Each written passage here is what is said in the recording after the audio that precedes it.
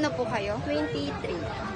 How did you come up with this kind of business po? Nag-come up kami sa gantong business for extra income. Until what time is your business open? Open siya from 1 p.m. to 11 p.m. How much you earn in your business every day? Maybe at least 2,000 a day. What motivates you in this kind of business po? To earn money and try different things. How do you define success? Success is siguro kapag na-achieve mo na yung mga bagay na gusto mo and masaya ka sa ginagawa mo. How do you market your business? Budget-friendly food and patok sa people. What makes your business unique po? Mas affordable price kumpara sa iba.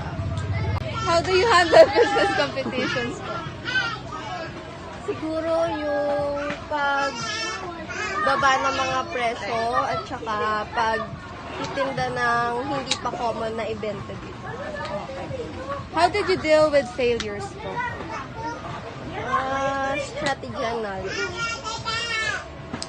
What motivates you to become an entrepreneur?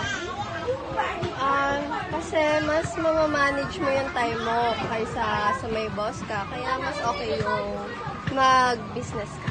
How do you start building your business? Enough capital. What do you think are your characteristics, competencies that make you successful entrepreneur? Siguro wise and mas magaling mag-manage. What do you think of being employed? Why did you not choose that path? Mas hawak mo yung oras mo. Wala kang sumusunod na oras, wala kang sumusunod na pantayan.